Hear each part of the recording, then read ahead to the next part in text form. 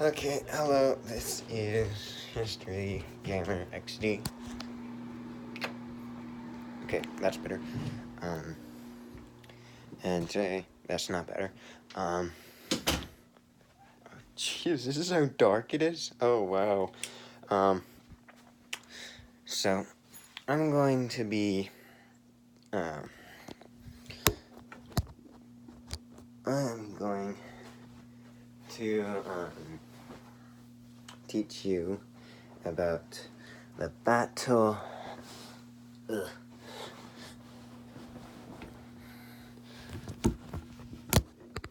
I'm doing this on my phone. It's not great. I need to get a GoPro.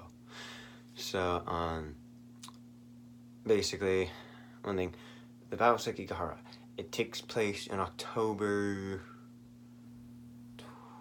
16th, the 16th of October in 1600, or 25th, or 21st, 21st. I may be wrong. Go to the comment section down below, and please correct me. So the battle took place on the outside of Kyoto, the capital of Japan at the time, and it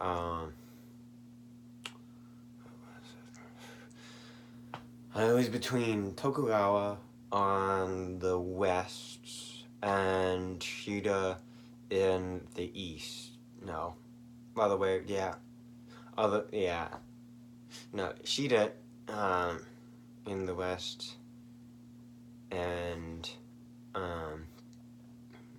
in the east it was Tokugawa. Japan has been they've been in a war, and this is the last battle of this war. It was during the Sekigahara. No, that was the battle. The sengoku period, which translates to the. I need to get closer. It translates to the age of warring states. In the battle, Shida actually, the backstory is Shida, he came from a very wealthy family, and he was good in politics. He was like Burnside. He was good in politics, not so. He was a rookie in military tactics and anything military related. He was a rookie at. Anything politically, he was very good at. Now he thought if he was good at politics, he would be good at running an army. So he tried, he went in the military and got himself an army. And on the backstory for Tokugawa, at a very early age, at like 4 or 10, he was captured because his father decided to, because they had a very little, they didn't have a lot of territory, they were weak, and there were two bigger clans right next to each other to make it worse. They decided to side with one, but that one was the enemy. Basically, it was a whole battle royale, and everyone hated everyone. There was some alliances, but usually over time, after a campaign, they would split up and just start attacking each other. So one clan in the north said, they took Tokugawa and said, do not ally yourself with the other clan or we'll kill him. And his father replied, he replied to, this is his reply, he said, kill my son. Basically, kill my son, because if you do, you'll just show how dedicated I am to this alliance with the other clan. So, kill him, I win. Don't kill him, I win even more. And so, that's what happened. He did not die and was just,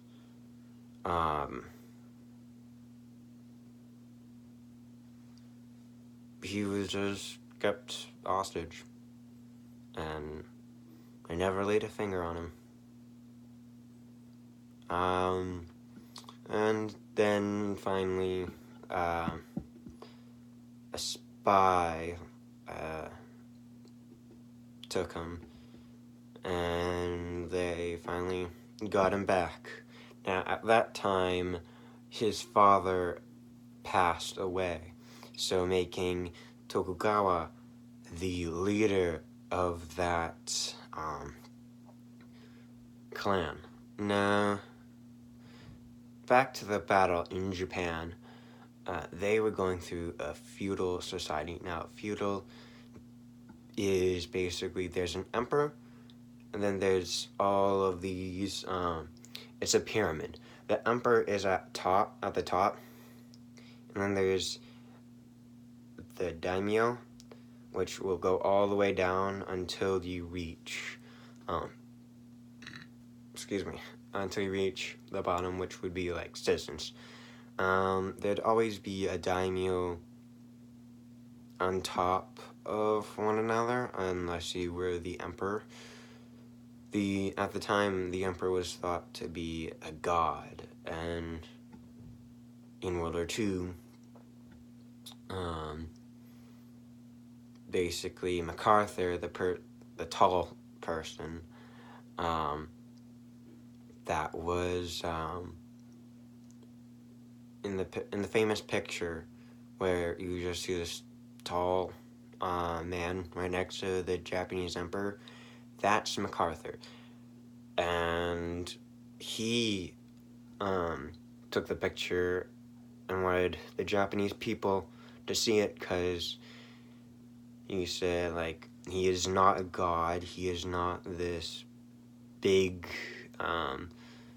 very powerful being. He is just a man. He's just a normal person, not this god that you always think he is. But back then, they thought the emperor was this god. And so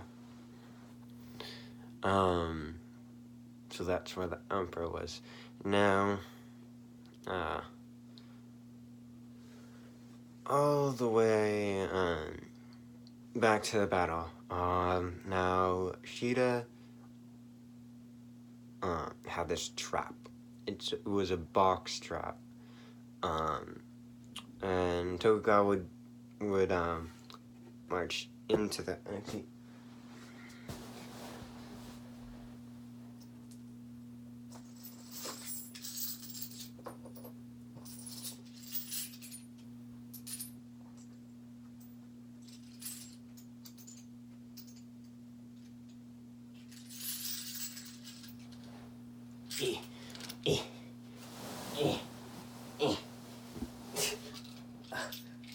Okay.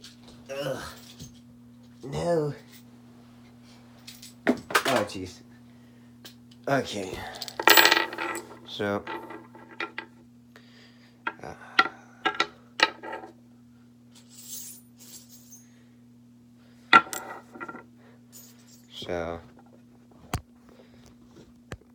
This was trap.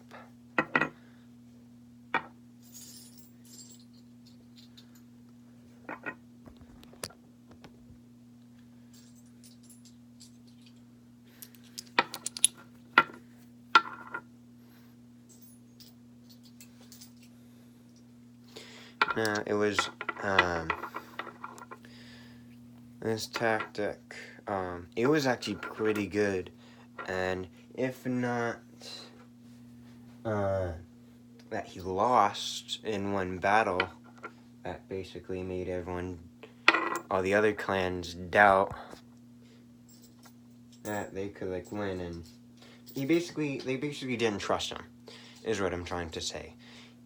He wasn't really trusted by a lot of the other daimyo, and so they either defected from the other side, and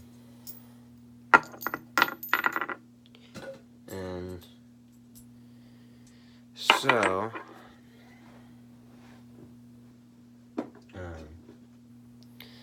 either defected or they just didn't move and attack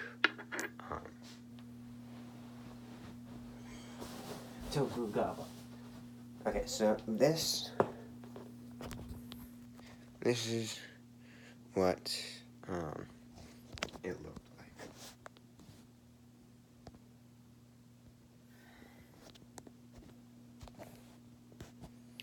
Now,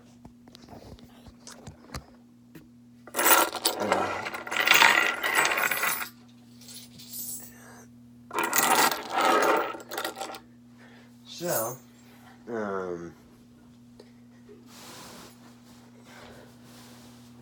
they didn't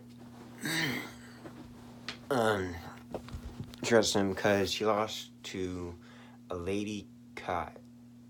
Lady Kai was a girl who was a samurai, and she was in charge of this little castle. Now, her father left to help another clan in a battle, and left only 250 samurai and 2,000 farmers. Ishida thought, his full name is Ishida. Ishida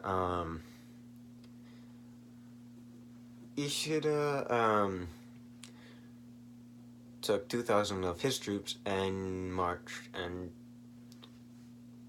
went to go conquer this little castle. Now, you don't want to mess with her family because her grandmother, she fought until she was 76 years old. And that was her last campaign. And she fought and won. Actually, I don't really know. All that I really know is that she fought until she was 76. I don't know if she was very successful. I don't know if she died in combat, but I think she survived the last campaign and then died of just old age. But 76 and still fighting, that is pretty cool. Now, Lady Kai,